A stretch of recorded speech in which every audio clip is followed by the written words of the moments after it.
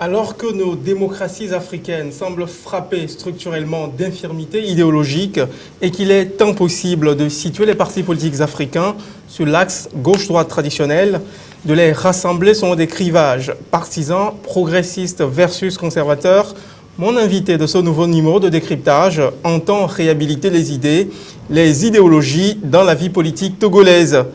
D'abord parce qu'il pense que la politique est une question de confrontation d'idées sur une échelle de représentation et un échiquier de valeurs. Ensuite, parce qu'il défend une option politique qui est la social-démocratie, l'autre nom du socialisme et de la gauche. Laurent Lawson est le fondateur et le leader du Parti social-démocrate togolais PSDT. C'est un politique suédo-togolais qui a expérimenté la démocratie scandinave, rêve de faire du Togo la Suède de l'Afrique. Avec lui, nous allons tenter de comprendre les ressorts et les évolutions de cette catégorie idéologique particulière, ainsi que les articulations entre les idées et le combat politique. Merci à vous, Monsieur Laurent Lawson, d'avoir accepté notre invitation de participer à l'émission Décryptage. Essayons de faire un travail de retour en arrière un petit peu pour ce qui concerne le système politique togolais. Il y a eu un moment fondateur.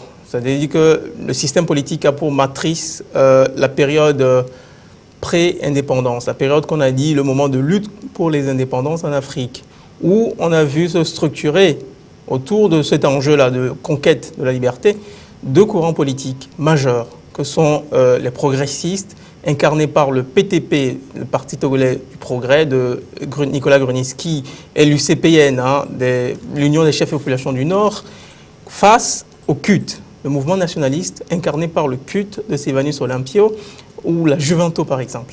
Voilà, deux partis qui ont été déterminants dans cette lutte-là. La distinction entre les deux partis, c'était une question de rythme. Les progressistes voulaient aller progressivement, lentement à l'indépendance, alors que les nationalistes voulaient réclamer l'indépendance immédiate.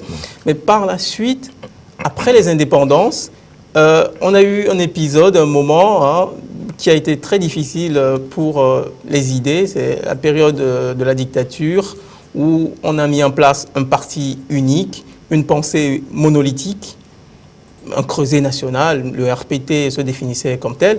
Et au tournant des années 90, un autre épisode s'est mis en place avec le retour, le renouveau démocratique, le déverrouillage total du système politique, la restauration du pluralisme et tout.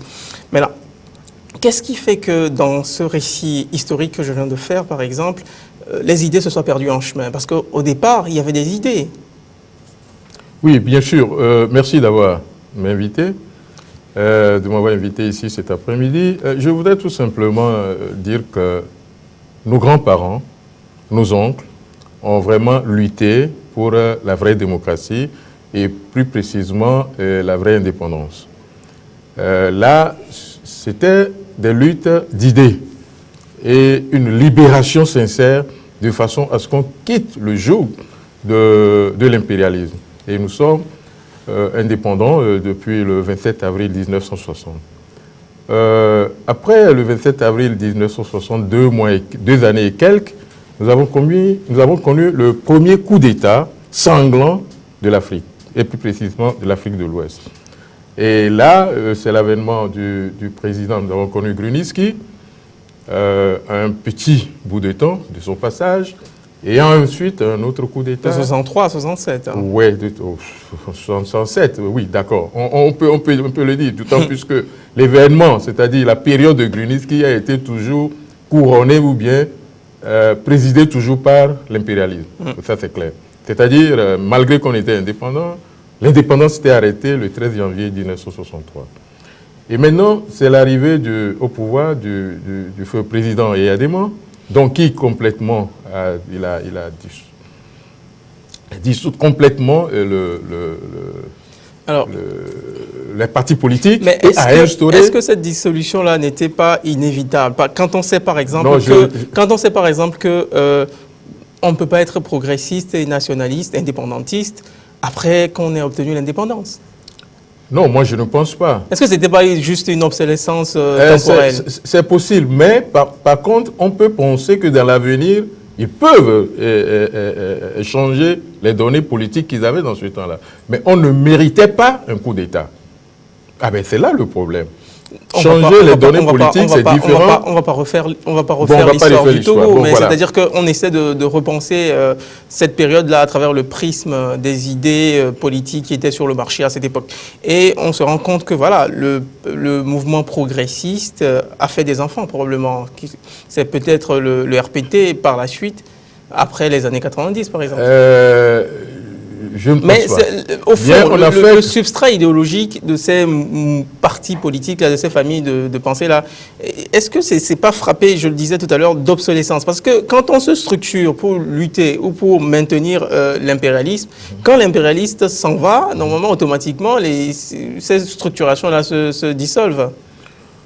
Oui, mais je pense que ça n'a pas existé non plus. Ça n'existait plus en ce temps-là. Ça n'existait plus. Ce n'était pas ça, d'ailleurs, qui a mené le coup d'État. Non, du tout. Il y a d'autres ambitions derrière. Et je ne voulais pas non plus revenir en arrière pour parler des ambitions qui ont causé ou bien qui ont eu à amener le Togo à ce coup d'État-là.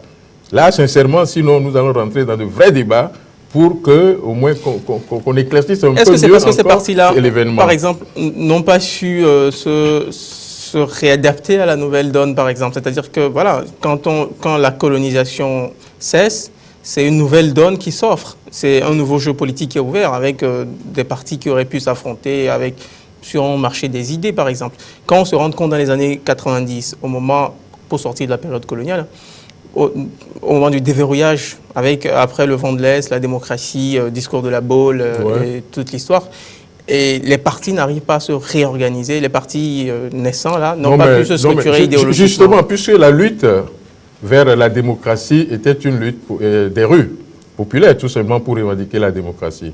On n'était pas sincèrement prêt à la démocratie. Il faut qu'on soit sincère, qu'on soit honnête.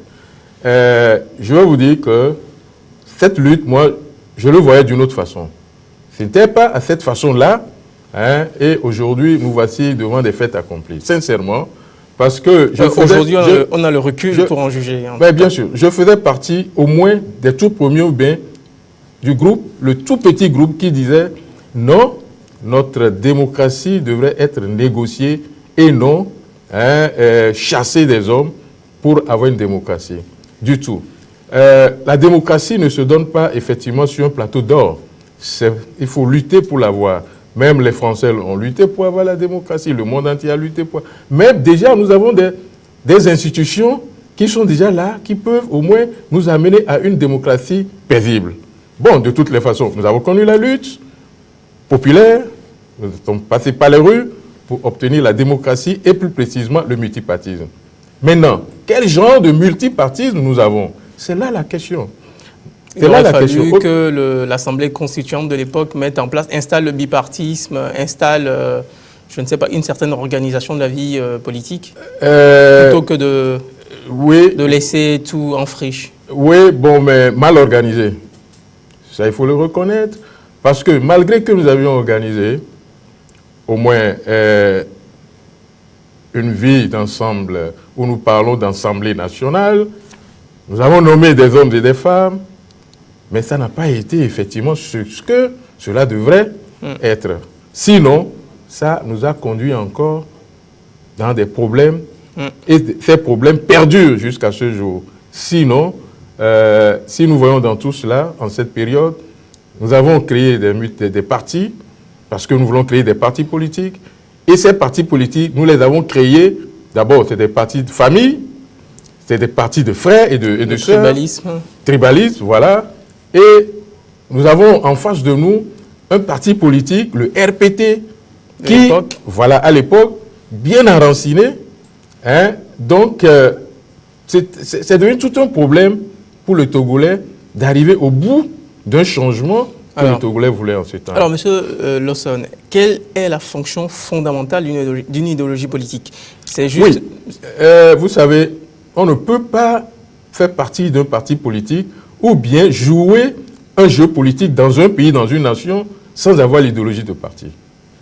Quand moi je suis rentré au Togo en 2005, pour une première fois, dont j'ai tenu ma première conférence sur le Togo en juin 2005, je parlais déjà de la social-démocratie et je parlais déjà de l'inexistence de l'idéologie politique au Togo.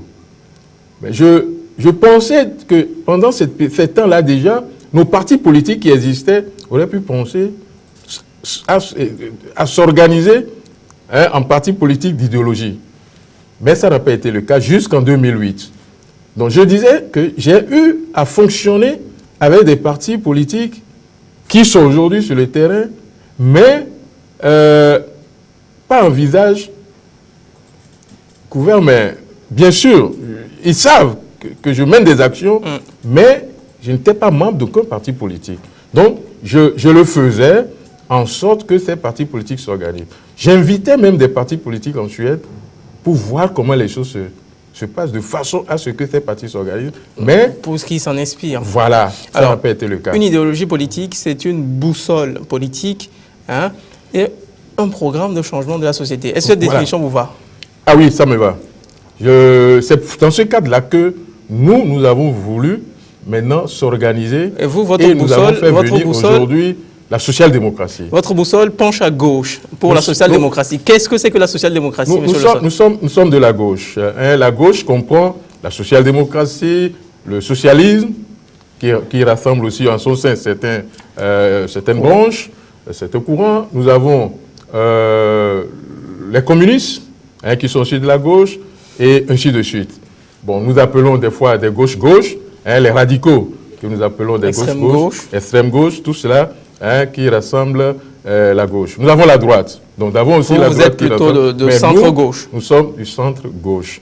Nous ne sommes pas des socialistes, mais nous faisons la même chose. Parce que, vous savez, le socialisme qui va contre la richesse, et surtout, il prône beaucoup à nationaliser la richesse, mais le socialisme prône la richesse et va avec l'économie pour pouvoir les partager avec ceux qui n'en ont pas. Donc, je vais peut-être dire un peu, nous éclairer un peu en ce qui concerne la social-démocratie.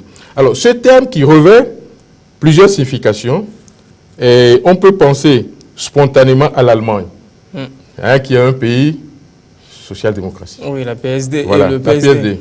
Mais il faut d'abord regarder très loin en arrière. Alors, la social-démocratie désigne un courant politique réformiste, voulant instaurer le socialisme par voie démocratique prônant l'économie mixte entre économie de marché réglementée et dirigisme planifié. Historiquement, après la grande rupture de 1917, la social-démocratie s'oppose au communisme. Et bien sûr que les communistes aussi sont de la gauche.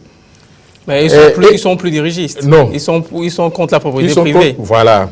C'est la différence entre le communisme et la social-démocratie. Et la social-démocratie et la gauche, c'est-à-dire aussi le socialisme.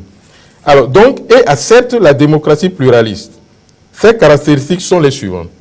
Nous avons la démocratie politique, le pluralisme politique et social, keynésianisme ou néo-keynésianisme, c'est-à-dire l'État impulse l'initiative privée.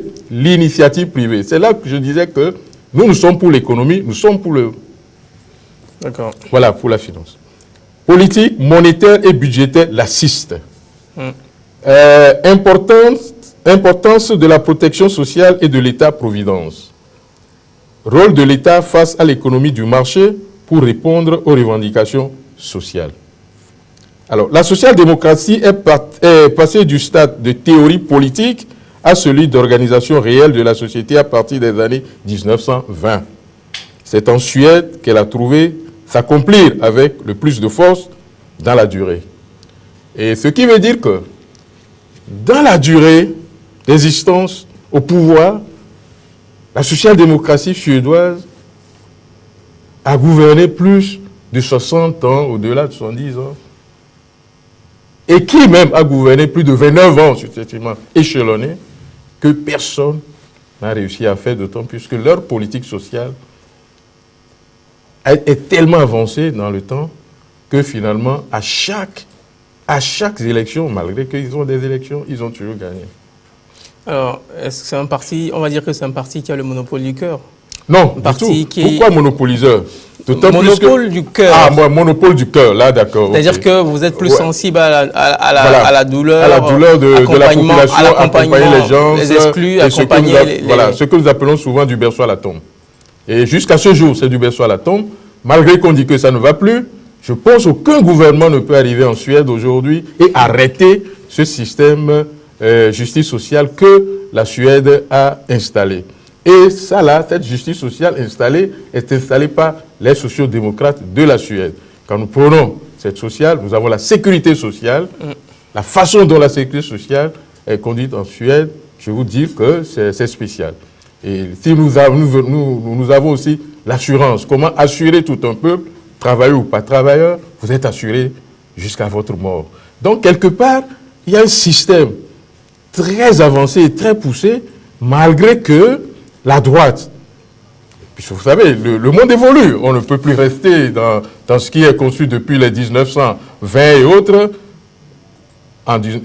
jusqu'à présent, de 2015 quand même, c'est trop. Et puis le monde évolue de jour en jour, il faut changer aussi les données politiques. Il faut changer de logiciel. Voilà, il faut changer de logiciel, merci. Alors donc, nous pensons que le temps est venu, effectivement, de changer le logiciel, ce que nous sommes en train de faire. Sinon, nous avons changé pas mal de procédures, c'est-à-dire de système, au sein du Parti social-démocrate de la Suède.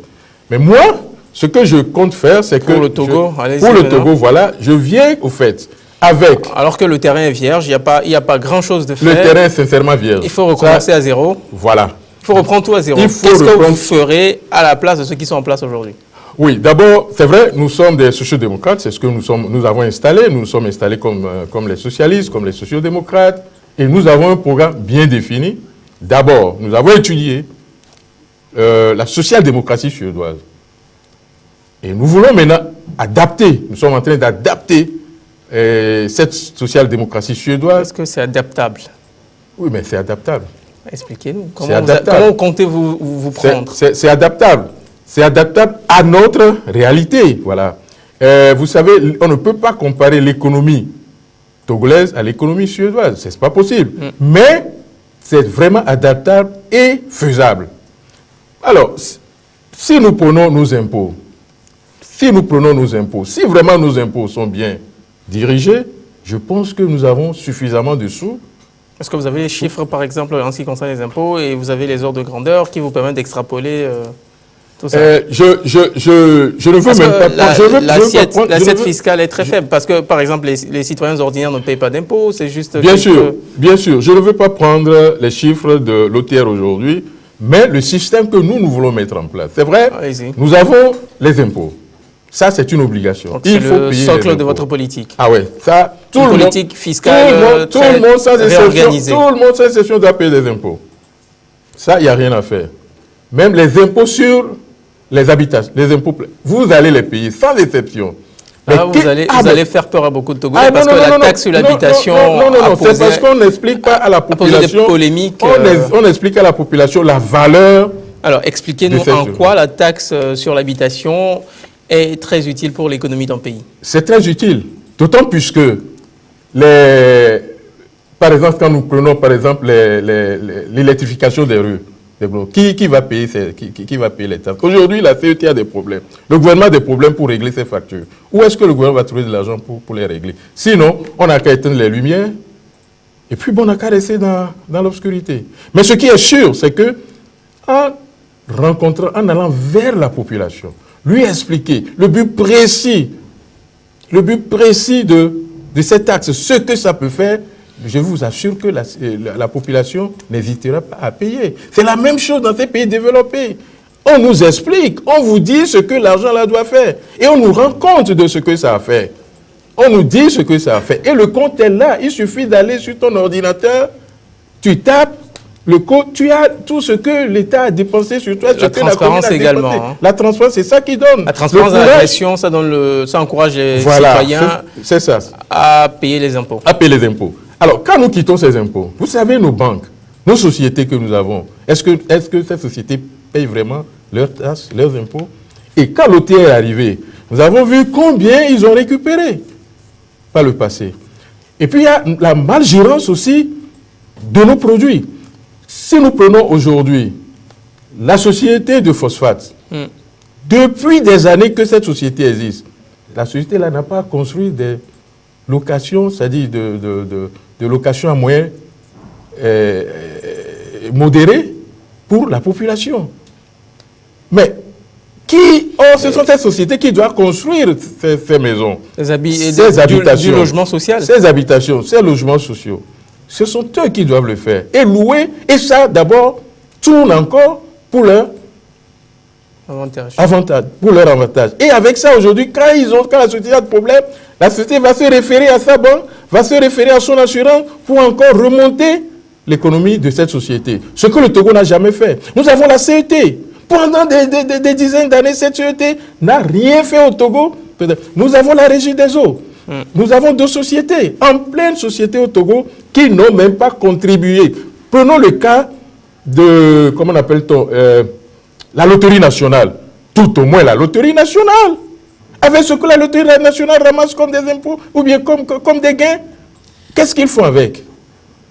Nous quittons là, nous avons Togo Télécom et Togo Télécel. Mais non, quand même, on a de l'argent. Je nous dis qu'on a de l'argent pour assurer la vie des Togolais. Si nous quittons tout ça, nous avons la procédure de trouver encore de l'argent auprès des Togolais.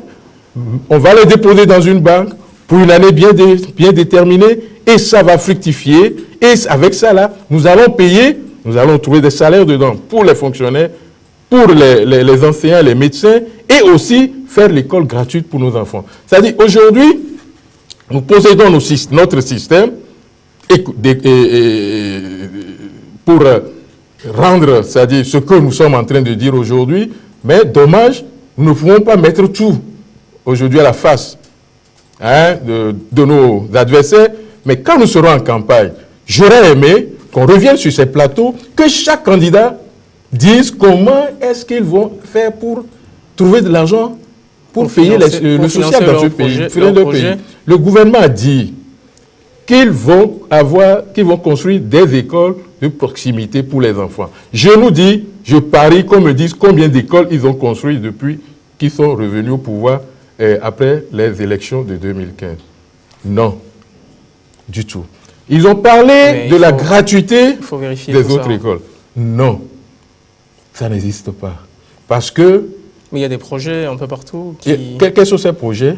Le gouvernement prend de l'initiative. Peut-être qu'il ne communique pas assez sur ces initiatives. Mais non, ils n'ont qu'à communiquer. Si vraiment les initiatives existent, ils n'ont qu'à communiquer. On ne fait pas d'initiatives cachées.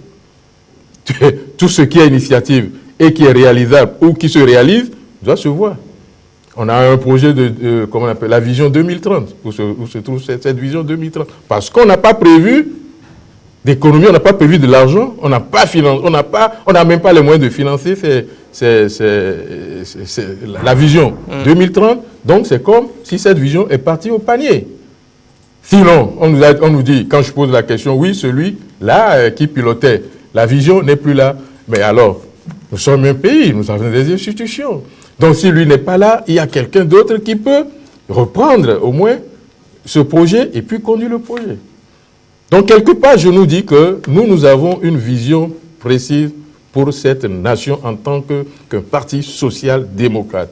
Nous avons une vision précise et nous sommes prêts à mettre ces visions à la disposition des Togolais chaque temps qu'on est en face de notre peuple.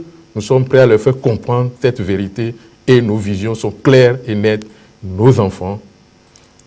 L'une des critiques qu'on fait à la social-démocratie et par extension à toute la gauche, c'est d'être dans la redistribution, dans le social, trop dans le social.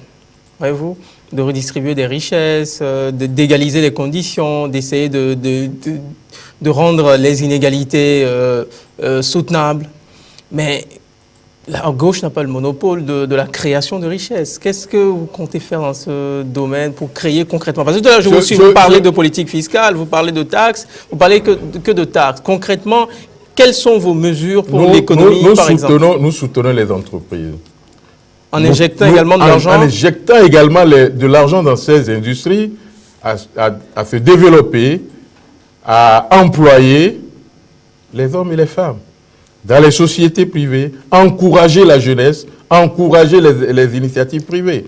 Et je pense que si nous allons dans ces pays, vous allez voir que les hommes politiques ou bien le parti politique qui encourage la jeunesse à sortir de la pauvreté, c'est le socialisme ou bien la social-démocratie. Dans les pays où la social-démocratie est effectivement appliquée, souvent a donné trop de subventions, a trop donné d'assistance à cette jeunesse-là, la droite traditionnelle les accuse d'être un peu dans l'assistanat. Oui, mais c'est très bien, la droite fait quoi? La droite ne fait que faire l'économie pour les mêmes personnes. Et en ce temps, il se distribue les ressources, les dividendes. C'est ça qu'ils distribuent. Et quand vous distribuez ces dividendes, au même moment, vous ne voulez pas payer les fonctionnaires ou bien les travailleurs. C'est ça, il y a ce problème-là en France aujourd'hui. Il y a ce problème en France, moi je me souviens, écoutez, ce n'est pas bien, ça ne doit pas se faire, mais il s'est fait que les employés de l'Air France ont dû déchirer, ils ont déchiré la chemise de leur DG. Tout seulement parce qu'ils sont dépassés. Dépassés parce que tout ce le gouvernement en place est un gouvernement de gauche. Hein. Il faut dire que François Hollande, c'est un président de gauche, du Parti socialiste. Il se revendiquait à une certaine époque de la social-démocratie. François Hollande est en train de mener, c'est-à-dire une politique au fait sincère, mais que les Français n'arrivent pas à comprendre. Il a dit qu'il va réduire la dette française. Mais vous allez nous dire, depuis, ça a commencé. Et quand il fait tout ça, on ne dit rien. Il fallait l'équilibre budgétaire. Bien sûr, ce qu'il une politique d'austérité assez drastique. Ce qu'il est en train de faire, et d'ailleurs, c'est ce que font toujours aussi les socialistes. Rétablir l'équilibre des finances. Voilà. Et ce que fait la social-démocratie. Quand il y a dette dans une nation, vous allez voir qu'une fois que les socialistes et les social-démocrates sont là, pour eux, c'est de rétablir maintenant l'économie en place. Revenons sur un cas pratique, sur le Togo par exemple. Qu'est-ce que vous comptez faire par exemple pour l'emploi des jeunes? On sait qu'il y a trop de jeunes au chômage dans ce pays. Les taux sont faramineux. On est autour des 25, 26, voire au-delà de pourcents. En tout cas, qu'est-ce que vous comptez, la social-démocratie propose comme solution contre le chômage des jeunes? La création des emplois. Vous savez, d'abord, il faut encourager les sociétés à créer des emplois. Sociétés privées comme publiques? Des privées comme publiques. Est-ce que nous avons des sociétés publiques? Tout ce que nous avons... Vous parliez tout à l'heure de... Oui, c'est ça que j'ai dit. Est-ce que ces sociétés engagent qui? De l'économie togolaise. Ces sociétés engagent qui? Ces sociétés engagent des familles. C'est une société familiale, au fait, finalement, si on va parler de ces sociétés. Dommage, il faut quand même qu'on soit correct et honnête.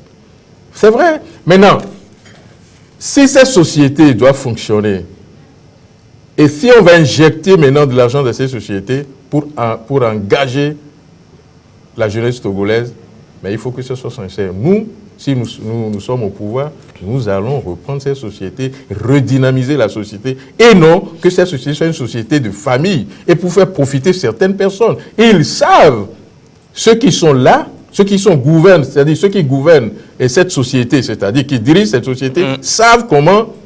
J'ai reçu des gens de cette société. Je discute avec les ouvriers. Je suis allé, j'ai discuté avec un qui travaille là, qui est même membre du parti.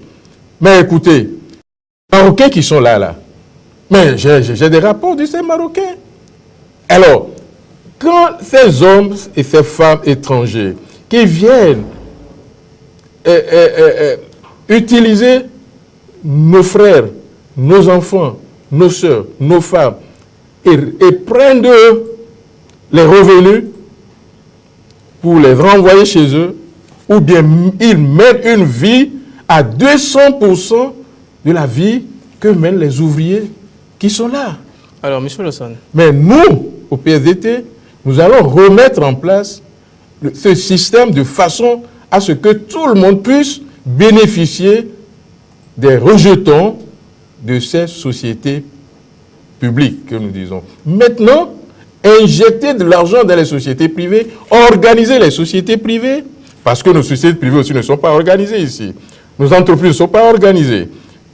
De façon, quand nous parlons de ce projet de 2030, il faut construire des logements pour la jeunesse, non seulement pour les étudiants, nous avons les fonctionnaires, nous avons les médecins, les enseignants qui n'ont pas où se loger. Eh bien, on peut aussi organiser ces sociétés privées en les aidant. Par exemple, si vous venez au pouvoir, est-ce que vous allez donner un coup de pouce au SMIC, par exemple? Et à combien le porterez-vous? À combien? Le porterez-vous, le SMIC par exemple? Est-ce que vous pensez qu'avec un SMIC qui tourne un SMIC en dessous de voilà, 40 000 francs CFA, un SMIC de 35 000 francs, on peut avoir... un SMIC de 35 000 francs, c'est dommage. Le marché là, que l'homme, le gars qui gagne 35 000, la femme qui gagne 35 000, va dans le même marché que d'abord le député qui gagne 1 million et quelques. Et maintenant, le ministre qui gagne, je ne sais pas quoi, le président de la République qui gagne, je ne sais pas quoi, mais on va dans le même marché. C'est-à-dire qu'il faut quand même qu'on se dise, est-ce que 35 000 francs, et en plus, on ne paye pas les 35 000 francs à cette population, à ces gens-là. Il y en a qui sont encore à 20 000. Ah mais non, ce n'est pas gentil. C'est pas gentil. Ce qui veut dire, quand nous prenons les 35 000, le gars va prendre un taxi ou bien des millions de chez lui au boulot.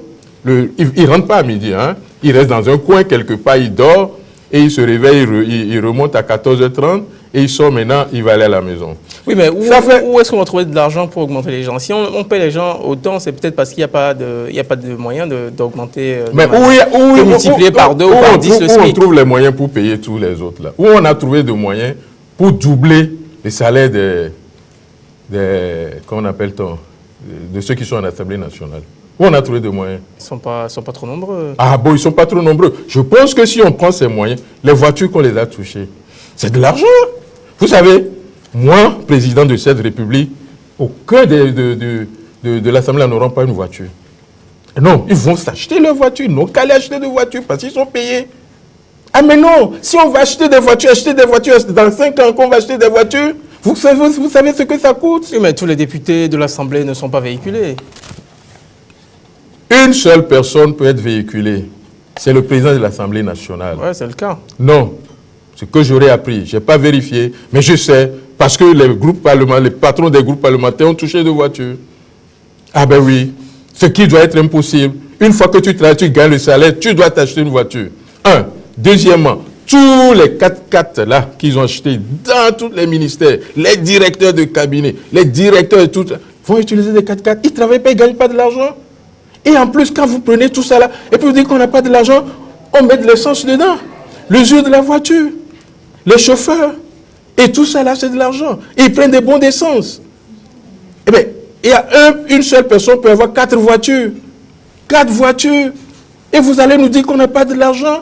Non, quand même, je nous en prie. Je pense que nous devons revoir tout ça. Et c'est là la social-démocratie. Aujourd'hui, je ne sais pas le régime que nous avons en place, si c'est un régime de la droite ou un régime capitaliste, il n'y a pas de problème, ils peuvent le faire. Mais quand nous serons au pouvoir en tant que social-démocratie, nous allons rectifier. Dernière question, M. Laurent Lawson, pour terminer cette émission. Quelles sont vos stratégies politiques concrètes de conquête du pouvoir, par exemple? Parce que est-ce que vous allez vous mettre avec d'autres acteurs qu'on appelle de l'opposition, qui n'ont pas fait leur coming out idéologique comme vous le faites aujourd'hui? Et comment est-ce que tout ça va se structurer très vite? Parce que non, je peux nous dire que je ne suis pas prêt à composer avec un parti politique. Non, pas prêt. Parce que je pense que nous voulons faire cavalier seul en attendant pour pouvoir mesurer notre capacité et savoir comment aller. Et si nous allons coopérer avec des gens, il faut que ces gens-là soient définis. Il faut qu'on nous dise où ils se trouvent. S'ils se trouvent à la gauche, à un moment donné, si nous voyons que seul, comme cavalier seul, on ne peut pas, et que nous pouvons composer avec des gens, on le fera. Mais pas composer parce qu'on veut composer. On ne compose pas parce qu'on compose sur une base saine, sur des propositions concrètes. Vous voyez là. Même s'il faut aller avec un parti politique qui se dit parti politique de la droite, mais c'est des conventions qu'on signe. Vous savez, la politique, c'est un jeu. Ça ne veut pas dire que si je suis de la gauche, et à un moment donné, nous avons un seul intérêt. L'intérêt, c'est la nation togolaise. Et il faut quand même qu'on aille ensemble pour défendre certains sujets de la nation. Le Parti social-démocrate du Togo ne se voit pas impossible de coopérer avec ceux-là qui ont la force, avec qui on peut aller ensemble pour défendre les intérêts de cette nation. Ça veut dire Si le gouvernement en place... L'intérêt de la nation, Monsieur Laurent Lawson, oui. c'est le mot qu'on va retenir. L'intérêt de la nation. Pour finir cette émission. Ah ouais. Merci à vous, Monsieur Laurent Lawson, d'avoir participé à ce numéro de décryptage. Je rappelle que vous êtes un homme politique togolo-suédois. Hein. Vous avez la double nationalité. Oui. Vous êtes le patron du Parti social-démocrate togolais. C'est donc la fin de ce numéro de décryptage. Merci à vous qui êtes restés à notre compagnie durant les 30 dernières minutes. À très bientôt.